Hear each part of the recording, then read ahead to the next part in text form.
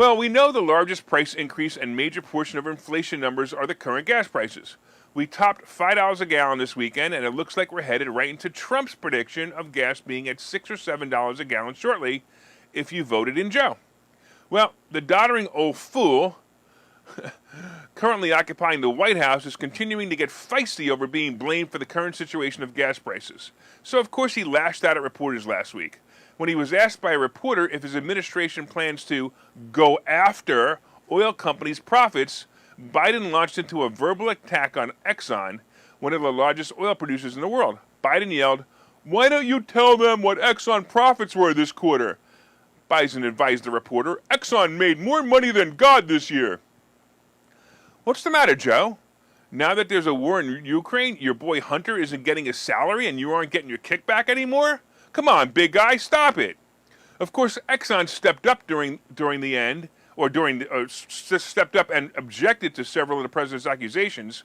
Their spokesperson said, "We have been in regular contact with the administration, informing them of our planned investments to increase production and expand refining capabilities in the United States." Biden also spoke about the broader inflation trends and again blamed Putin and Russia's invasion of Ukraine for record high gasoline prices. Of course, it can't be Biden's fault. What Democrat takes responsibility for everything? The fool rambled on about the fact that they're buying back their own stock instead of drilling for new oil. He then screamed to Exxon to pay their taxes. Seriously? Is this guy off his rocker? How many of you came to the conclusion that part of the gas price hikes are Biden's poor relationship with big oil companies? If he keeps slamming them instead of working with them, they will artificially raise prices just to make sure he can't get voted back in.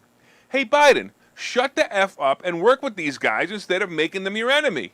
By the way, for all your liberal friends out there who say, if it's Biden's fault, why are gas prices up in the UK? Well, I decided to do some homework, and this is what I found. Gas prices year over year in the U.S. are up 62%. Yeah, I know, they're up over 100% since this Nimrod took office, but up 62% and over year in the U.S. compared to the U.K., where gas prices are up 20% year over year. I realize Johnson isn't all that bright either, but it sounds like he has a handle on this problem, especially when you realize that if you want to blame Putin, remember less than 8% of our oil came from Russia, and that supply hasn't even completely stopped yet.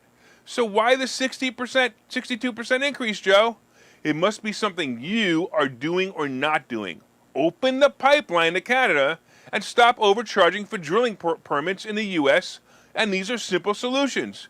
Even your crackhead kid could figure that one out. After all, he was getting paid over $1 million a year to be an expert in the field of oil from Ukraine. He was an expert, wasn't he? I mean, $1 million a year salary should make him pretty smart. Come on, come to think of it, right? Dr. Fauci was also getting $1 million salary. Maybe they're not so experts after all.